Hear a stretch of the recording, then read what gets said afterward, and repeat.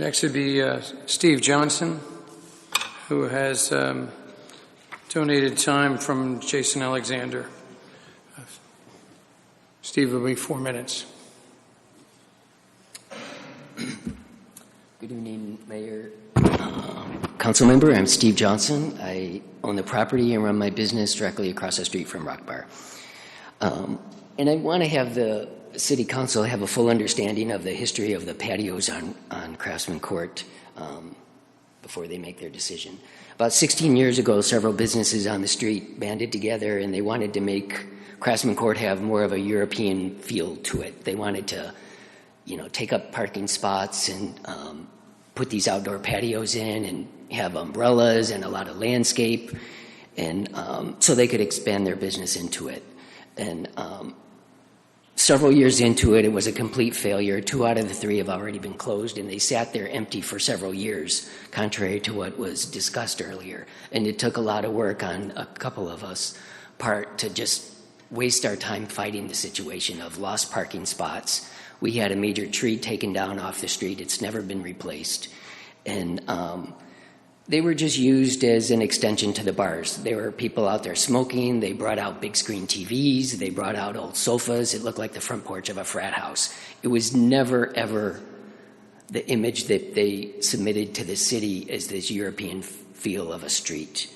And that's just discouraging. And this is just the last patio that's left out of the 3 that were built. And I think the city had to pay to literally remove those other remove those patios and put the street back. They didn't even have the businesses pay for that.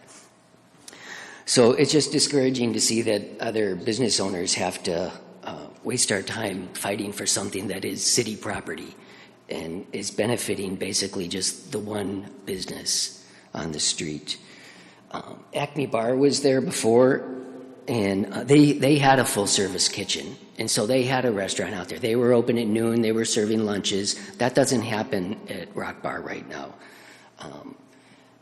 In the discussion of what is food, what's pre-prepared, and they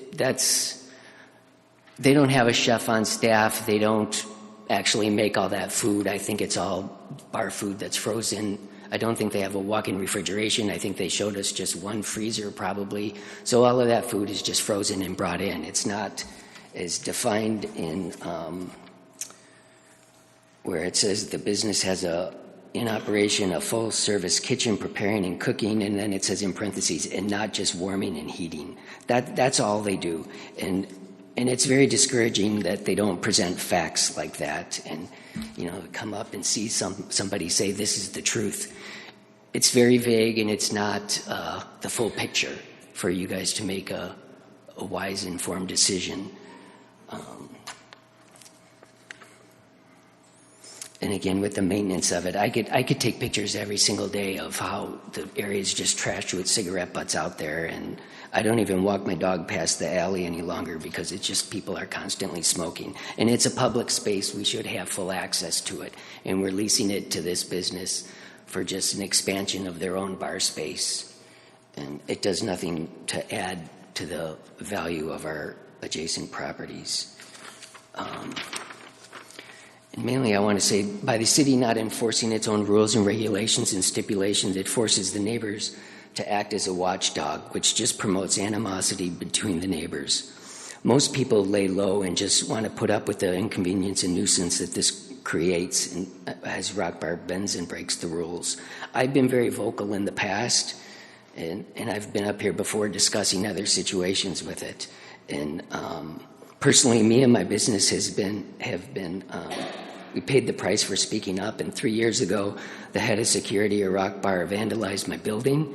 And you can Google Scottsdale urinator to see what actually happened. The gentleman was arrested and paid a substantial fine. But it does not mean that I don't live in fear that my property or myself is going to be hurt again just because of this situation that the city promotes. I don't like being the only person. They proclaim that there's not been any violations or any complaints. I haven't complained at all since my building's been violated. And I fear for my life from that person. And there are many violations that I could call several days a week with the city. I don't want to spend my time, I have a business I have to run myself. I don't want to spend my time watching over a business that's always pushing the rules and bending it and have my building vandalized or myself compromised. Mr. And I think Johnson, your time has expired. Okay. If you could wrap up, please, quickly. I just want the city to make a wise decision and not put it on the neighbors to have to defend this all the time. Thank you. Thank you, Mr. Johnson.